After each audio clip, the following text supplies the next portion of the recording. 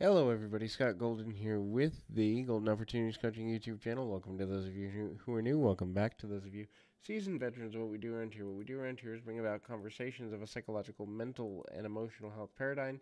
We do that as often as we can, and we're trying to do that for your own enrichment. We are going to cross into, within the next few days, 5,000, 1,000 of these. 5,000? Not quite. Anyway. But gonna get to 5,000 someday. Although a move may be coming, then that may put me on hold a little bit. But anyhow, um, if you're looking for coaching, would love to be of service to you. Would love to close out the last quarter of this year with you in a positive way. If you're looking for life, relationship, business, or habit change coaching, would love to serve you. And the best way to do that, reach out through @PO Perception on Twitter.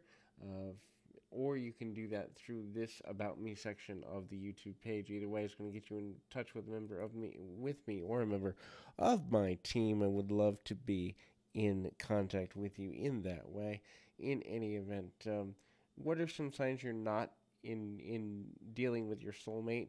First is you do not have trust.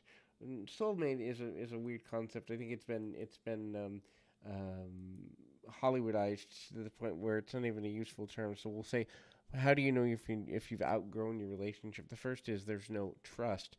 The next is you're always kind of worrying about what's happening next or negativity that could come from the relationship.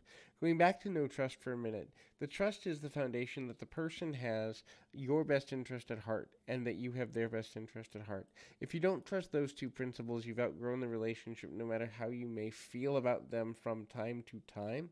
So it doesn't mean that you won't have positive emotions around them as a concept or as a person. It does, however, mean that you may struggle with feelings of why are we here? Why are we doing this? And ultimately, what is the value in the relationship left? And then, as mentioned, you kind of move into the worry. When are we going to fight again? How long are we going to be involved with each other? In other words, it feels finite. It feels like there's an ending that will come. It feels like there's something that will inevitably kind of lead you to a negative space. The next is others.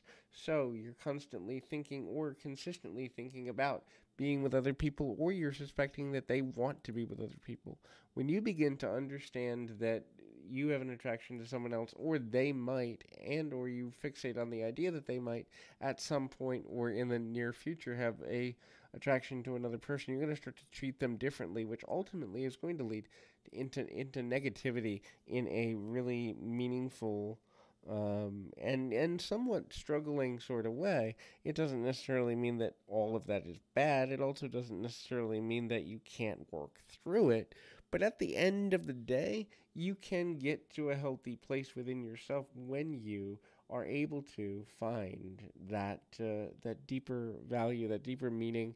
The next is you begin to not understand each other's point of view, not understand what it is that is going to lead you forward.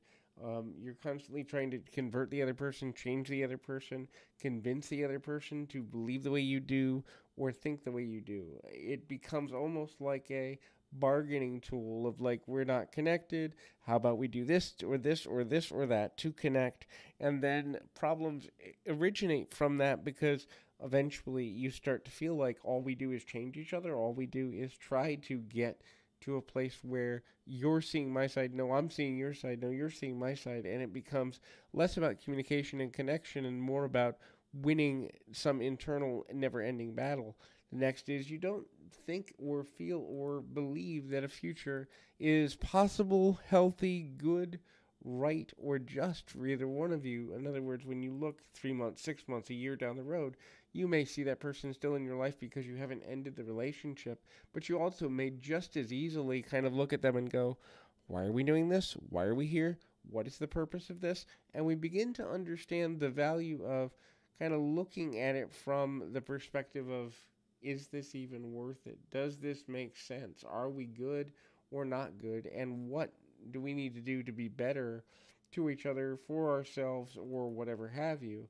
Ultimately getting to a place that's better, ultimately getting to a place that's, stronger, is a major struggle and can be a major struggle. Now, understanding that you may struggle in that way, but having a solution can be good. If you don't have a solution for how to feel differently about being around the person, and you don't have a solution about how to kind of relate differently with them, you will have a lot of struggles. And so, the beginning of understanding that and knowing how to be that way with each other in a better way is literally one of the most important things that anyone can do from a deeper perspective and in a deeper way. The next thing to consider is, and the final thing in this particular audio, is insecurity. If you just can't find a way to regain your balance emotionally, then chances are you've outgrown the relationship. So hopefully this is helpful. I encourage you, keep your feet on the ground, your mind in the moment. Until next time, everybody.